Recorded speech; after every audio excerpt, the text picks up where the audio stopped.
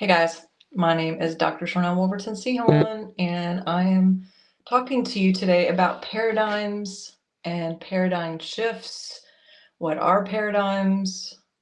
Can we live in other people's paradigms? Can we create our own? What is this all about? And the last, I would say, 24 hours have been pretty interesting for me. I'm just kind of like reverse engineer some things that I was caught up in and or participating in, however you want to look at it, all the things. So let's start with just the word definition paradigm and what exactly it means. Because this whole thing's got me thinking. But paradigms are basically, and I wrote this down, a deeply ingrained mental framework or belief system that shapes your thoughts, your beliefs, and your behaviors. Key word here, behavior. Um, can we live in other people's paradigms? I'm curious what you think. I'm going to share what I think, but I'd love to know your thoughts.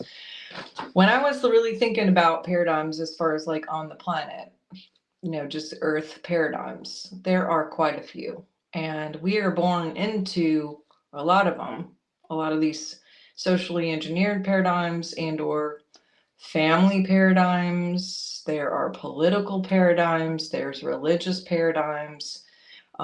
There is certain times of days that people work 9 to 5. That's a paradigm. That's an accepted model or pattern of what people do. Certain times that people eat, breakfast, lunch, dinner. Certain times people sleep at night, or during the day, depending.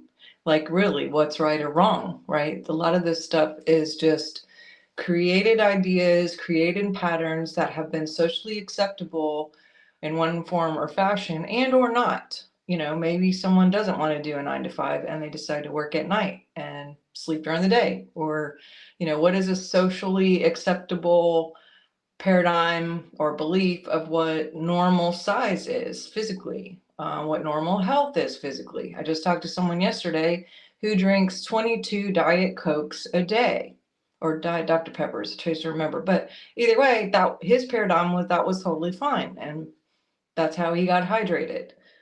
It might be different for you or me, right? So there's all of these things that we can be born into that are our belief systems, like that we just kind of live out or take on. And then there's others that we can create and shift on our own. And I'll give you an example. Like for me, I had some things happen yesterday. And in the process of me figuring that out, I knew I felt uneasy about a situation and a lot of feelings and emotion about a certain situation, but I was trying to pinpoint like where was the source of that. And in kind of reversing it, I realized that there are certain times in my life when I was younger that I was not allowed, it was not acceptable to feel. Um, Maybe because people felt uncomfortable if I was sad, and that's fine. And also, I kind of bought into the whole like, don't cry, I'll give you something to cry about, um, which leads to kind of being unauthentic, which is not a good feeling. Hiding how you feel, someone saying, how are you? And the socially accepted way would be fine, like people do at the supermarket. How are you? Fine. Not really saying things are terrible, or whatever. Not saying you just always got to go spill out all your beans either. But I'm just saying it had become accustomed for me to feel uncomfortable because I wasn't really feeling or expressing my feelings, if that makes sense. Ended up marrying someone who also had the same views, and this is all subconscious, not conscious, but just that had been a pattern that I was used to. It wasn't a good pattern, and I married into that in the past. I'm not currently married to that person, but anyway, all that being said is I found myself in a situation yesterday where I was being made wrong for feeling, and realized, not at the very moment it was happening, but much later, like, oh, the reason why I felt bad is because someone was trying to make me feel bad for feeling. But they actually asked me how I was feeling. It seemed like they really wanted to know why I was upset. But when I told them, it made them uncomfortable. And then there was all this just like gaslighting and like twisting and turning things around. And it got really weird. And I was like, whoa, what just happened? I don't even know. So when I was able to figure it out and pinpoint, oh my gosh, I wasn't allowed to feel. I wasn't allowed to be authentic. I wasn't accepted. I wasn't, in that moment anyway, unconditionally loved, And going back to another video that I did earlier this week, authenticity actually scored higher than love and truth, which I did not know on scalar waves. Anything could be higher than truth or love. I just automatically assumed love would be the highest. God, who is love, would be the highest frequency. But authenticity actually scores higher than love.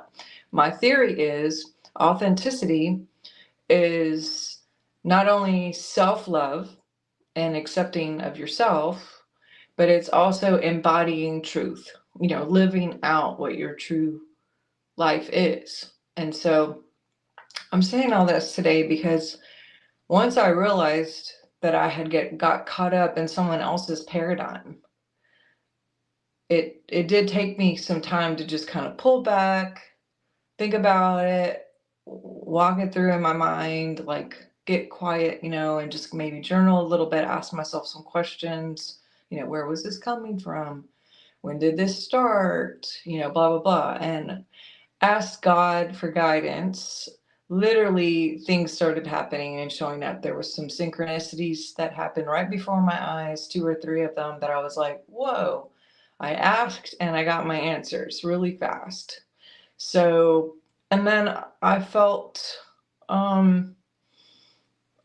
felt better. I felt more resolved and going, okay, that's why that happened. And this is why this is happening. And now I can clear that. And then I could do something different, right?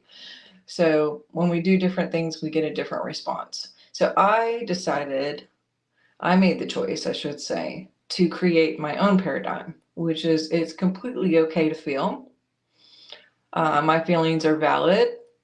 My feelings are celebrated. My authenticity is celebrated. I am celebrated everywhere I go. I am divine health. I ignite truth in everyone I contact. I ignite love in everyone I contact. Only God touches me. Only God sees me. Only God hears me. Only God speaks to me. God is the only power and presence acting here. These are some of the things that I choose for my paradigm and for my reality or my belief systems. And I invite you, especially during these times where you may be around family or maybe around people who aren't family during the holiday season, there's going to be a lot of different paradigms and a lot of different beliefs. And you don't have to get caught up in anything that isn't authentic to you any more than I did yesterday. So that's all I'm going to say. And I really love you. I'd love to have your feedback. I'd love to hear what's going on in your world, what epiphanies you're having during this time in the season. I'm very, very grateful for you. Very grateful for me honoring myself in this journey of just taking some time to figure that out and remember and get centered in my Christ self, my I am that I am, and remembering that Christ and me is celebrated everywhere I go. So love you guys, and I hope you're having a great holiday. And again, I would love to hear any of your feedback and what you think a paradigm is, and what kind of paradigms have you caught yourself up in, and what kind of paradigms would you like to create for yourself in this new year coming up? Because this is usually a time, for me anyway, for some reflection on like, how did last year go? What worked? What didn't? And what do I choose for next year? And I invite you guys to do some of that and take some time and just journal and sit and get quiet. Think about some things that you're grateful for. Um, think of 3 people that you really choose to send love to that maybe need some extra love, or require some extra love, and just thinking about how you'd like to construct and build your 2024. And that's it.